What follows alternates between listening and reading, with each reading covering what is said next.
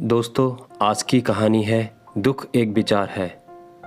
एक बार गौतम बुद्ध और अपने शिष्यों के साथ गुजर रहे होते हैं। बहुत देर वन में चलने के बाद बुद्ध और उनके सभी शिष्य एक विशाल पेड़ के नीचे बैठ जाते हैं।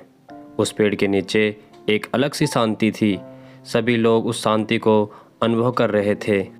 कोई भी एक शब्द नहीं बोलता, चुपचाप उस शांति को अनुभव कर रहे थे। कुछ देर बीतने के बाद गौतम बुद्ध का एक शिष्य उठता है और बुद्ध से पूछता है, बुद्ध, मैं आपसे एक प्रश्न पूछना चाहता हूँ। बुद्ध कहते हैं, पूछो, क्या प्रश्न है तुम्हारा? शिष्य बुद्ध से पूछता है, मैंने कभी भी आपको दुखी नहीं देखा। आपके चेहरे पर हर समय एक अलग ही मुस्कुराहट रहती है, हमें भीतर तक आनंद से भर देती है।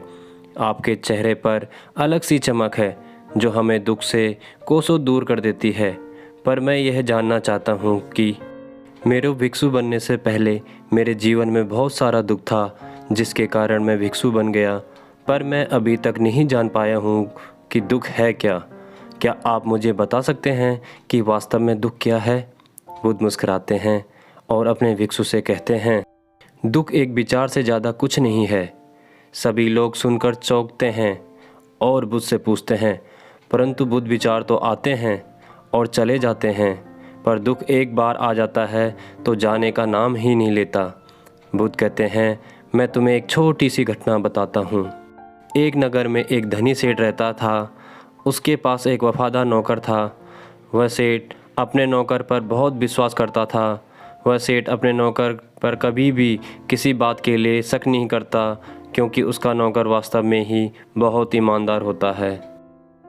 एक बार उस सेठ को किसी काम से बाहर जाना पड़ा।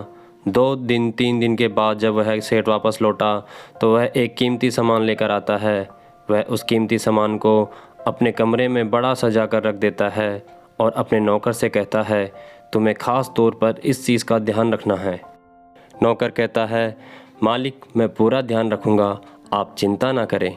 अगले ही दिन वह नौकर पूरे घर की सफाई कर रहा होता है। सफाई करते करते वह सेठ की उस कीमती चीज़ के पास पहुंचता है और उसकी भी सफाई करने लगता है। सफाई करते वक्त वह कीमती चीज़ उस नौकर के हाथ से फिसल जाती है और नीचे गिर जाती है। सेठ को यह बात पता चलती है और वह नौकर के पास आता है और नौकर को खूब डांटता धमकाता है, पर ना तो वह उस नौकर को नौकरी से निकाल सकता है और ना ही उसे पीट सकता है, क्योंकि वह उसका बहुत वफादार और पुराना नौकर था। इसलिए वह डांट धमकाकर ही उसे छोड़ देता है। सेठ अपने उस कीमती चीज़ के बारे में सोच कर बहुत दुखी हो जाता है। रात होती है और सेठ अपने कमरे में लेट जाता है। सेठ को नींद नहीं आ रही होती है, वह बहुत बेचैन होता है। बेचैनी के कारण सेठ अपने कमरे से बाहर निकलता है और देखता है कि उसका नौकर निश्चिंत के साथ खर्राटे लेकर सो रहा था।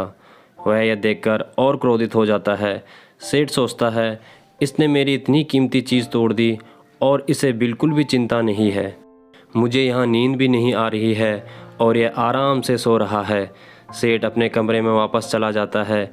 अगले दिन सुबह सेठ सोचता है, मैं इस समस्या से कैसे निकलूं। फिर सेठ को एक तरकीब समझ में आती है।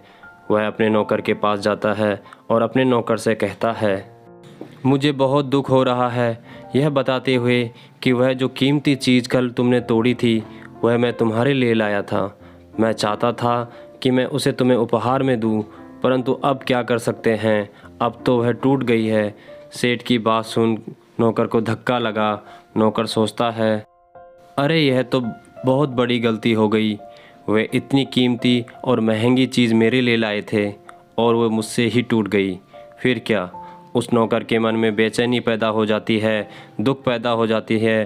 रात होती है और सेठ आराम से सोता है और वहाँ नौकर बेचैन रहता है। उसे नींद नहीं आती। क्यों नींद नहीं आती? क्योंकि अब उस नौकर ने उस सेठ की उस कीमती चीज़ को अपने आप से जोड़ लिया था, इसलिए वह दुखी हो रहा था। पहले उस नौकर के मन में यह विचार नहीं था कि वह कीमती चीज़ मेरी है, पर अब उसके मन में यह विचार है कि अगर वह कीमती चीज़ न टूटती तो वो मेरी होती। बुद्ध कहते हैं, दुख केवल एक विचार है और यह विचार कैसे उत्पन्न होता है? अपने आप को किसी चीज़ से जोड़ने से हम जिस भी चीज़ को अपने आप से जोड़ देते हैं वह चीज़ हमारे दुख का कारण बनती है। लेकिन वास्तविकता तो यह है कि कोई भी चीज़ हमसे जुड़ नहीं सकती। हर चीज़ आपके पास है, आपकी है, पर कुछ समय के लिए, कुछ समय के बाद वह आपसे दूर हो जाएगी। उस दूर होने की घटना को स्वीकार करें और आगे बढ़ें। दोस्तों, वीडियो अच्छी लगी हो तो वीडियो को लाइक और चैनल को सब्सक्राइब करके बेल आइकन को प्रेस करना मत भूलिएगा।